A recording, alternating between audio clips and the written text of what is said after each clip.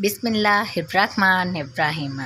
حضرت ابو ہریرہ رضی اللہ تعالیٰ عنہ بیان کرتے ہیں، رسول اللہ صلی اللہ علیہ وسلم کے صحابہ میں سے ایک آدمی ایک گھاٹی کے پاس سے گزرا جس میں میٹھے پانی کا ایک چھوٹا سا چشمہ تھا۔ اسے یہ بھلا محسوس ہوا تو انہوں نے کہا، اگر میں لوگوں سے الگ تھلگ ہو جاؤں تو میں اس گھاٹی میں رہائش اختیار کر لوں۔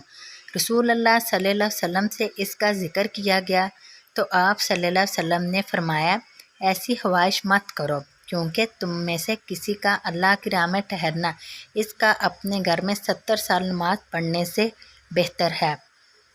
کیا تم پسند نہیں کرتے کہ اللہ تمہیں معاف فرما دے اور تمہیں جنت میں داخل فرما دے؟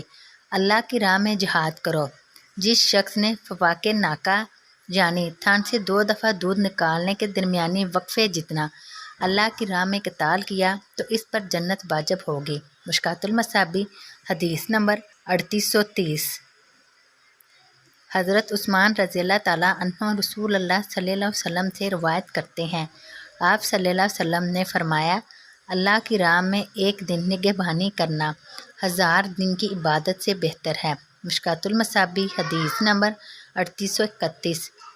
حضرت ابو ہریرہ رضی اللہ تعالیٰ عنہ سے روایت ہے کہ رسول اللہ صلی اللہ علیہ وسلم نے فرمایا، سب سے پہلے جنت میں داخل ہونے والے 3 شخص مجھ پر پیش کیے گئے، شہید، عفت و عصمت والا جو سوال کرنے سے بچتا ہے، اور وہ غلام جس نے اللہ کی عبادت اچھے انداز میں کی اور اپنے مالکوں سے بھی خیر خواہی کی۔ مشکوٰۃ المصابیح، حدیث نمبر 3832۔